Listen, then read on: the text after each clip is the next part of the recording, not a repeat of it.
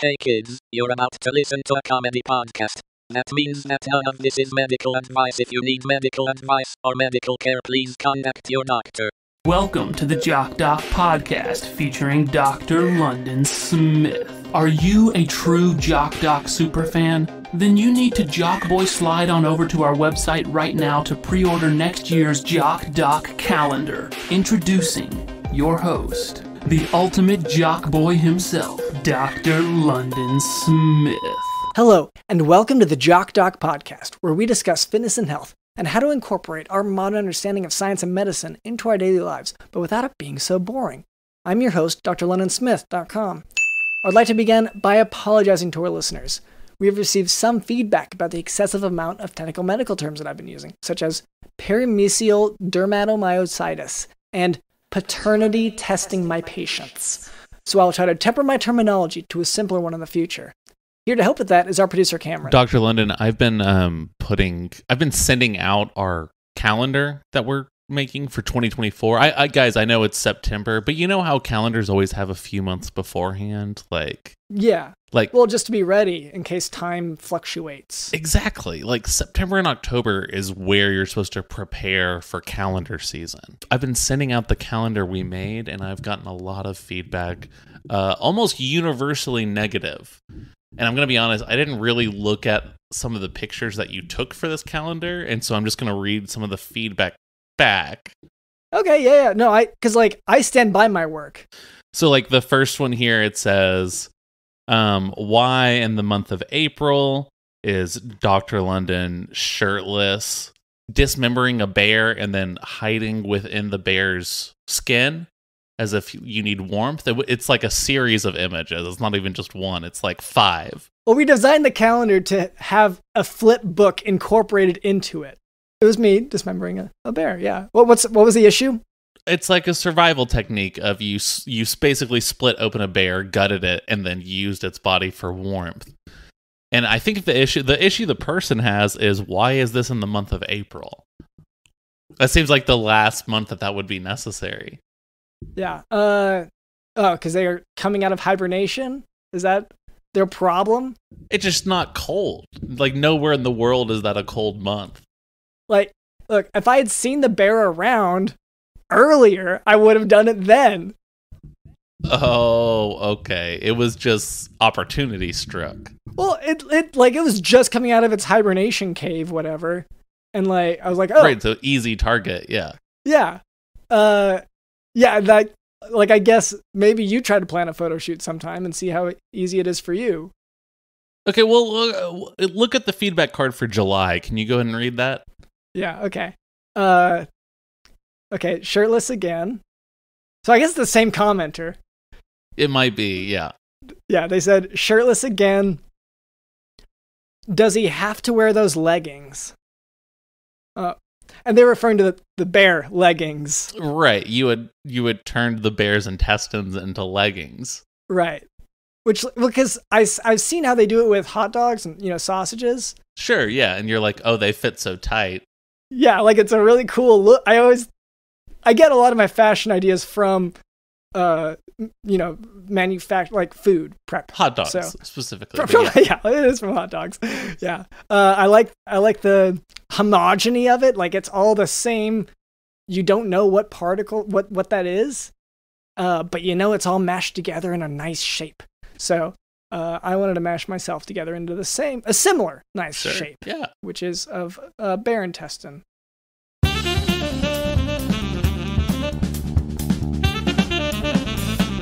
All right, Cameron, we have a sponsor today. Whoa! Yeah, it's Caldera Lab.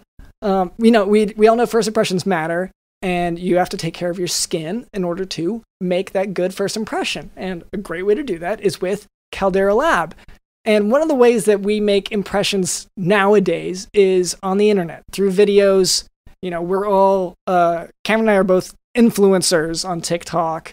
And everyone's on their phone these days, and they're looking at videos, and they're looking at all of these different things. Which we used to say all that with a negative tone, but now we like it. Now we like it. It's cool. Yeah.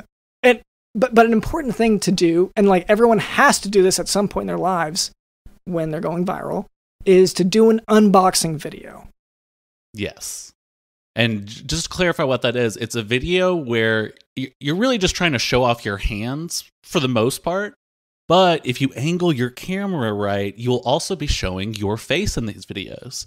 And if you want it to go viral, you got to have good skin. That's right. And I should say before I get into the rest of it, it comes in a box. That I want to emphasize that very clearly. The Caldera Lab products, they come in a box. At least currently, the last ones we received. So it's really useful for an unboxing. And it's the ultimate unboxing experience. So Caldera Lab creates high-performance men's skincare products, and the regimen leads off their product lineup. It's a twice-a-day routine to transform your skin, and that has 3 different products in it that whenever you open up the box, you can hold it up to the camera and be like, oh, well, people love this stuff. This is how you go viral. This should be the second box that you purchase, because obviously the first one is to get your disgusting skin, like, looking good, because otherwise the video is going to tank. So the first one, you can just do that privately. The second one, when your skin looks really good, that is when you create the viral unboxing video. Yeah, sorry. You should order 2 months in a row, or however long it takes for your skin. And the second order from Caldera, yes, that's the one that you want to make a video about because your skin needs some work. Your skin needs help, and the video is going to tank if you look like that. And these are all just tips just to hack that algorithm. We're all trying to do it. So the Caldera Lab, they knows the skincare world is heavily female-driven and has long been the Wild West for men. That's why they made the solution simple with the regimen. It includes 3 products, the Clean Slate, the Base Layer, and the Good. The Clean Slate starts and ends your day. It's a face wash that leaves all skin types refreshed. The Base Layer is a daily moisturizer to hydrate your skin and jumpstart your day full of confidence. The Good is your go-to multifunctional serum at night that helps your skin look tighter and smoother, as well as to help reduce the visibility of wrinkles and fine lines. The Caldera Lab Icon Eye Serum is great for addressing the skin concerns around the eye, like fine lines, dark circles, and puffiness. Caldera Lab is the leader. And I was going to say tight. That's going to be a description that your commenters, your viewers will say both about your skin and also how like tight the video is and like the slang way of saying yes. It. Like these videos, these unboxing videos are so tight. And that's just like the skin. Yeah, and that's the most up-to-date lingo. They will be dropping that. That plus emojis, fire emojis. The Caldera Lab is the leader in men's skincare, made with only top-tier ingredients, and clinical trials have found 94% of men's skin showed an overall younger-looking appearance after using Caldera Lab for a few weeks. And for our audience, we have an exclusive offer, and this is the best offer available anywhere. Use code JOCKDOC at calderalab.com and get 20% off right now. Get 20% off with code JOCKDOC at calderalab.com and make unforgettable first impressions that lead to the charming words, "You look younger."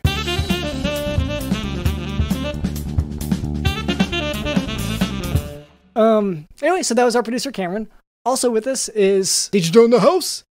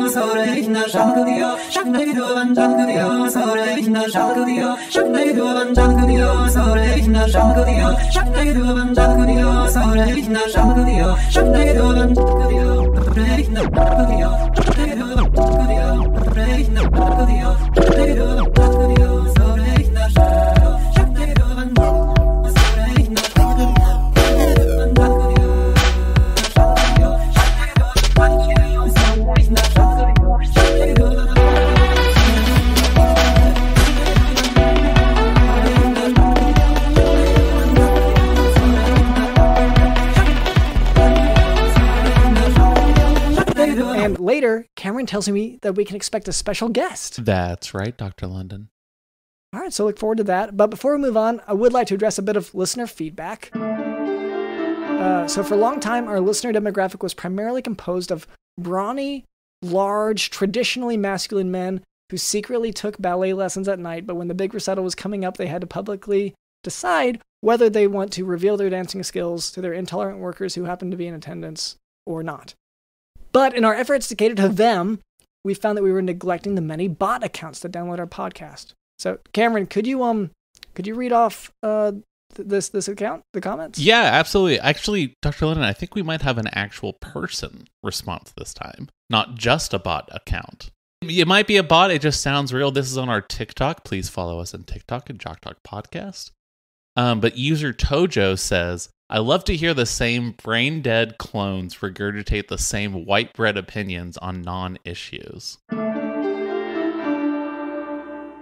My immediate response is thank you. Like, yeah, I guess you say you love to hear that. Like, that's what our goal here is, to provide a podcast that you love to listen to. Yeah. So I get, wow. I mean, our main goal is to teach medicine. Our secondary goal is to talk about the horrors of the woke mind virus. And then our third priority, is to make something that you love to listen to. So, like, it's honestly, this is a lot more flattering than our usual feedback. So I'm pretty pumped. I like it. I'm kind of, well, I guess I shouldn't delay any longer. I know what they're wanting now. The medical lesson. Now for today's medical topic, Charcot-Marie-Tooth Disease. And if that sounds like a strange disease, they name these usually after whoever discovered the disease. But Charcot-Marie-Tooth Disease is a genetic disorder with a loss of both motor and sensory innervation, leading to distal weakness and sensory loss. Distal meaning further out, like your fingers might be affected sooner than, like your elbows or shoulders. And it'll also show wasting in the legs, decreased deep tendon reflexes, and tremor. A common feature of Charcot-Marie-Tooth disease is foot deformity with a high arch, also known as pes cavus. And the legs in these patients are often described as looking like inverted champagne bottles. But you could also just go online and look that up yourself, what they look like. The most accurate test for Charcot-Marie-Tooth disease is electromyography, and that's where they put a needle into the muscle and actually like measure the electrical charge from the nerves. And I'm sorry, just to interrupt you. You started off by saying like, oh yeah, most of these diseases are named after the person who discovered it, and now you're talking about, a shark discovered this. Okay. And y'all believe it? Like, just doctors just mindlessly believe whatever a shark says? I'm saying, I assume... Go. I assume that this... I haven't actually looked up who discovered this, but I think it's Charcot, Marie, and Tooth. Three separate scientists, I'm guessing, were the first to note this. I don't know if a shark... And one of them was a shark. Now, I don't want to spoil your medical lesson, but is the cure for any of this eating a bunch of fish? Okay, well, the real honest answer here is there is no, like, super effective treatment. Oh, okay. So, like, in a sense, one could argue that, sure. You might as well try it out, yeah. Like, I don't know that that's been tested clinically. Yeah. So. But there's no note in your notes that says, open up your mouth and just scoop up, like, hundreds of fish as you swim around. No, I have to think on that point that the Marie-Tooth aspect might have even, like, there are 3 people involved in this, presumably. Yeah, and at least one of them is a shark, so you can't trust the other 2 people. Oh, I thought maybe they would just calm the shark down a little bit. I don't trust any person that sides and befriends a shark. That's our mortal enemy as humans. I agree to disagree. I think they could actually be really friendly and like really smart and good at documenting certain medical cases. Not if the cure is just open your mouth and scoop up a bunch of fish. There's no treatment. All right, Cameron, you said that we have a guest today. Is that right? That's right, Dr. London. Well, hello there. My name is drlondonsmith.com, and this is our producer, Cameron. What was your name? My name is Pappy Lorenzo. I'm based out of Dallas, Texas. I'm a musician, and I've been just kind of up and down the country.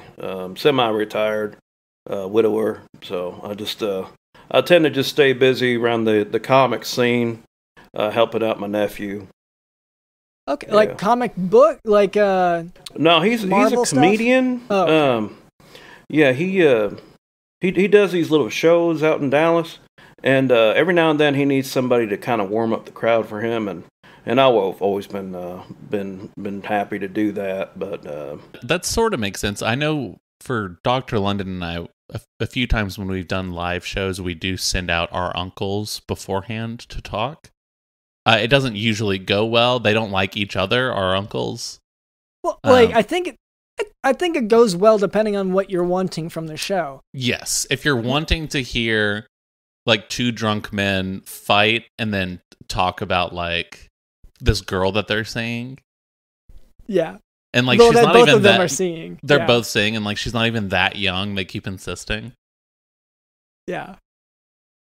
Is it kind of like that? Because like for our uncle's show, we've only done a few live shows. They've actually dropped us because they were so successful in the uncle fight show. Right. Everyone was showing up for the uncles and leaving when we would start our set. Yeah, I think it's become kind of a mutual thing because I was kind of pitch and woo at members of his crowd, and he wasn't overly fond of that because I would take a considerable amount of them back with me, and then there'd be nobody in the crowd that he would want to see. You know, he'd be performing to empty chairs. You have other projects going on. You've got other stuff you're working on. Can I hear about that a little bit? Yeah, I'm working on a couple of albums. I'd heard that Weird Al had kind of retired from the parody scene, and he's only making serious music from. Yeah, he's doing concerts and stuff, and I just thought that that there's so much fertile material that he left behind, and it's just a matter of somebody picking up his baton and running with it. So I'm doing one called Pappy Ruins Country, where I take country songs and I just kind of interject things that happen in my life. And then there's another one that's called Pappy Makes 'Em Legal. And what I'm going to do is I'm going to take a lot of the songs that had been kind of controversial over the years, songs like Jailbait and She's Only 17, and things like that where it's questionable, the age difference, and I'm going to make them into just the loves I've had in my life. So most of them are going to be within the last 10 to 15 years. Yeah, like Ted Nugent's Jailbait, that's from 2017 or so. Yeah, it's a pretty dirty piece. There's a lot of objectionable things that go on in it, and I feel like I can clean it up in my own way. Then that's my part for the world. It's something I leave behind. Yeah, I can't help but note it because and I don't know if you've maybe met our uncles on tour because it does sound. I am just hearing a lot of the same sort of themes of they also now this is a spoken word thing. They will just talk about the underage. I mean, they it's not necessarily underage, but or that's how they put it. I've been on those tour buses. I've walked myself off them tour buses. They're some wild characters there. I've always liked my Peach a little bit older and a little more bruised, so I've always been able to be safe in that respect. So I want to hear about these parody country songs that you've been working on so much. Like you're talking about, are you inspired by Weird Al, or you're just trying to weasel into his cultural position?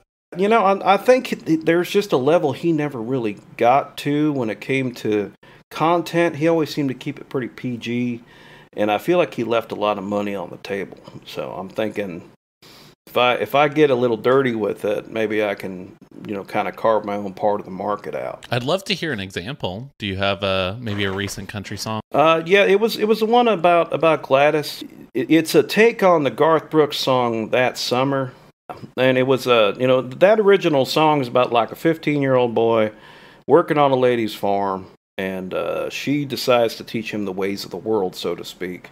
And everybody thinks it's a cute song, but I don't know. I think they could do with a little current updating. I think that kind of song gets you canceled now.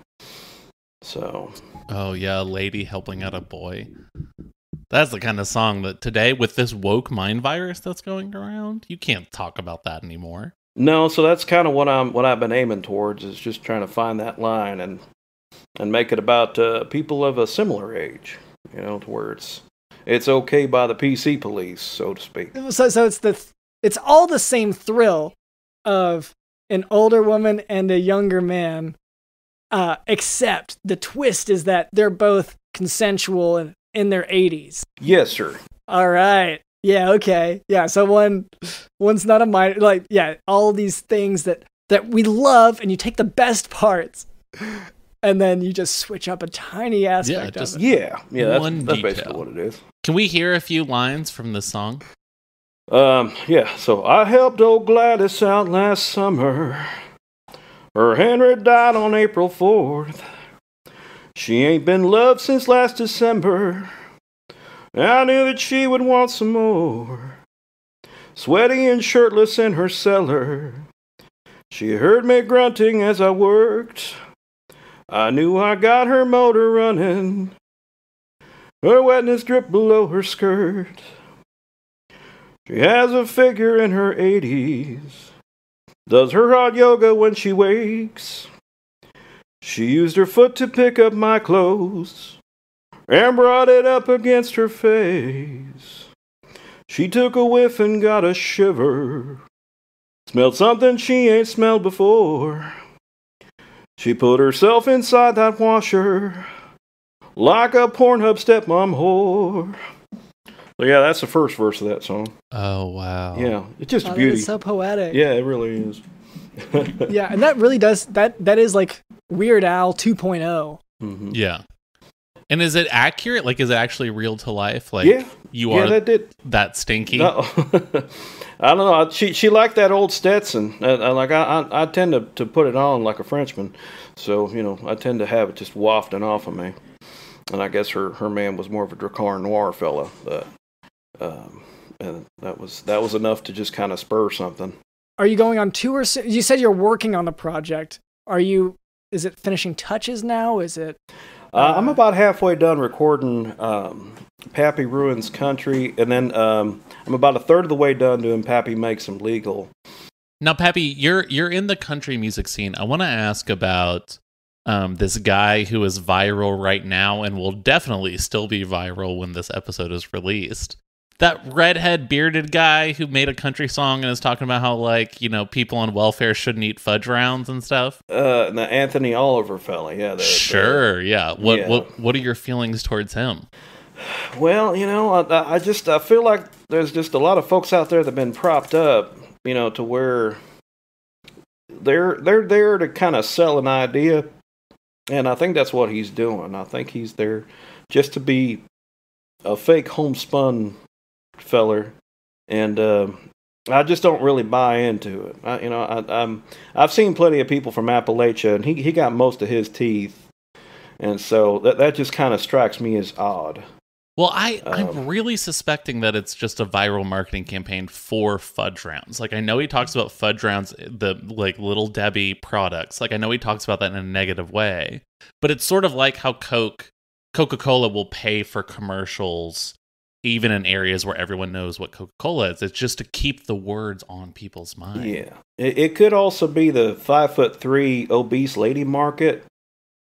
They could be throwing their hat into the ring because I know he mentions them too, and all of a sudden I got a hankering for both. So I think there might be something to it, something subliminal. Oh, wow. It's both big fudge round and big 5'3", 300-pound women. Which I believe that's what his line is, yeah. Okay, yeah, I mean, that totally makes sense to me, because I was like, there's no way this is organic. I have bought a dozen packages of fudge rounds since the song came out. Oh yeah, I invested in the stock. Like, it's kind of... We've been trying to pivot the podcast towards fudge rounds now, because we're pretty excited about them. And, yeah. Plenty of fish. I done switched to whales. So, that's just kind of where I'm at with things, too. So, that's been a recent development. And I think I might be able to blame it on his Rich Man from Richmond song. It's tough to know that you're being manipulated, Yeah. Because it's like, yes, was I buying fudge rounds before this? Of course. Like, that's just a common reference that we all know, that when you can just say casually, everyone can picture what you're talking about. Yeah. But was I buying a dozen boxes a week? No, it was like 2. It was like 2 boxes a week. Yeah. And now that's 6 times that? Yeah. Well, I'd say it was 2 each trip in the week. So like it probably did amount to, like you're just buying in bulk in one shopping trip now. That's the big difference for you. Oh, you buy the same amount, just not spread out through the week. You think it has more to do with the Costco card than it does? Okay, that's fair. This is just me observing, because like you historically you'd bring that much to the table before, but now it's like you have to find room in the pantry, where before you just bought it. I was making daily stops off at the store to pick up like 2 boxes of veg rounds. Okay. Yeah, I wish my problem was that simple. I done triggered my sciatica from that song, so just a lot of heavy lifting, as it were. So I think I might need to take a hiatus from all that. Yeah, it is amazing the amount of sciatica caused by music, which I try not to bring it up too much whenever we have musical guests on, but like it is. I don't want to call it an epidemic, but endemic. It's endemic. Just kind of frustration for our patients and listeners. But I feel like we've come to the point where we have to get some chores done. Oh no, Dr. London. Let me explain. Dr. London and I have been neglecting everything on our to-do list for quite a while now. And we invented this fun chore wheel that we spin every single week. And whatever it lands on, that is the chore we have to do. Mr. Pappy, there's a big wheel behind you. Can you go ahead and spin that bad boy? All right, yeah, let me go ahead. Oh no, of course we have. Well, I guess it's the perfect time to do this one, but we do have to rename the months for our calendar. We were talking earlier about the calendar that we've been selling. A big issue that especially Dr. London has, but I've also have a little bit of, is that all the months are wrong. Like the names of months suck. And so we need to reestablish some of these names. So January, okay, my pitch for January would be and go. Just like we know that's the start of the year. Oh, yeah. No confusion. Like, does that make sense? That makes sense to me. It is the month where you get going. So February, I would say February is the month of horniness. Yes. So I would say either, I would say horny month, or maybe also like Cummington, but it's like CUM or something like that. That's it. Those are my suggestions. Yeah. Pappy, you feeling anything? Screw-uary? Screw-uary. Oh, that's good. Yeah, Screw-uary is pretty good. Yeah. Yeah. I like the heavy vowels. Yeah. Yeah. So let's do Cummington Screw-uary. That's the full name of the month. All right, move on to March. Dr. Lennon, what were you saying for March? Let's see, Screw-uary, and then maybe let's hold on a second month. Just because, like, I feel like we're tired by then. Yeah, March is a very sleepy month. Right, so just, like, hold on a minute. Like, let's wait a second. Let's give me a moment. Yeah. Month. Any other ideas on this? Because I don't want to be the only voice on this one. I would say give me a moment's pretty good. How about just, like, hold your horses? Or just, like, calm down, like telling someone else, calm down. Like, let me just give me a second. Yeah, like you said. A sit a spell type of thing, right? Sit a spell. Yeah. I like that. That's less common. I like that one. Sit a spell. Okay. So then we get to April. Let's see. April, I would say, We'll just call it Ludgate? Yeah, I guess just not to skip May, we'll get back to that, but June should probably just be June Diane Raphael, just because everyone will understand that reference and know who she is. I do feel like all of these are going to turn into, we might go back and try to find, character names. Yeah, I would say, May, that is a name, but I don't know a fame. It's going to be Timberlake. It's going to be May. Oh, okay. Yeah, that's fair. So May is Timberlake. Well, it's also May the 4th be with you or whatever the fuck. So, like, let's do maybe Timberlake Lightsaber or something like that. Timberlake Skywalker. Yeah. So then June Diane Raphael is June. So then July. is... Did you lie to me? Well, okay, then I'm hearing the Jew now. So I don't want to go anti-Semitic on this, so let's not do that. Yeah, that was your first thought. There's July 4th is going on during that time. I feel like people are trying to cancel Independence Day these days. Yes. So let's call it woke mind virus cancel culture. So, I mean, now we're into August. Pappy, what are you feeling for August? Well, I mean, it's a miserable month, typically, so just thinking it's, and a lot of kids are out of school and they're just about to get into school. So there's a lot to play with there. Like back to school shop. Well, I do like the idea of just, it is miserable month. Right, like misery month. Like, and maybe even that could be a holiday. Like we take the month of August off just to like mourn like our lost selves. And that does get me onto something, because I've noticed that the rest of the months also are misery months. What if we... Just for different reasons, yeah. Yeah. So I guess, do you want just the rest of the year can be misery months? Yeah, / Toyotathon. I was really pushing for September through December to be Toyotathon. And because they've returned your calls. And we already call it that, and they haven't returned my calls, so I think this will be a good way to like lure them to be an advertiser. All right, well, then we got it. So that calendar with my pictures in it, I think that'll be about set, right? Yeah, I think so. I mean, I think we're ready to ship. Okay. All right. Well, all right. So that takes care of that particular chore. And I feel like that brings us to kind of the end here. So Pappy, is there anyone you want to promote? I know you said, obviously your own music, but you said you're traveling with someone? Yeah, my nephew, Scott Lorenzo, he's a comedian in the DFW market.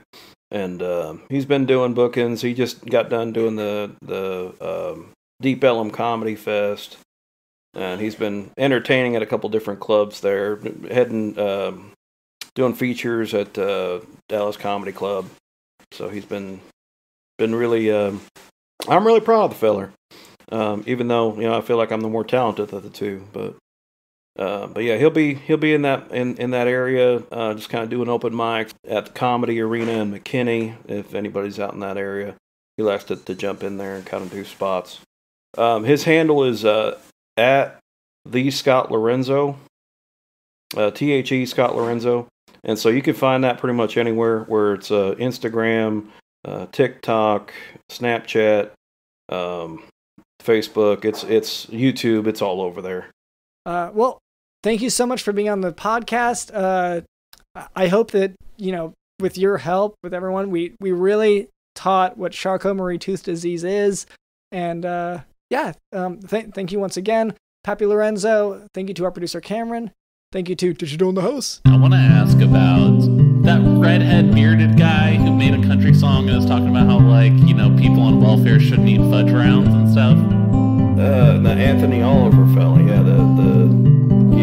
I feel like there's just a lot of folks out there that have been propped up. They're there to kind of sell an idea, and I think that's what he's doing. I think he's there just to be a fake homespun feller, and I just don't really buy into it.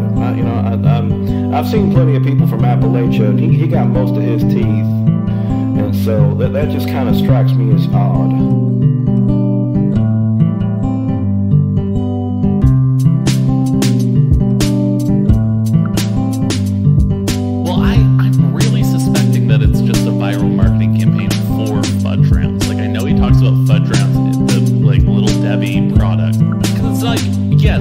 Buying fudge rounds before this, of course.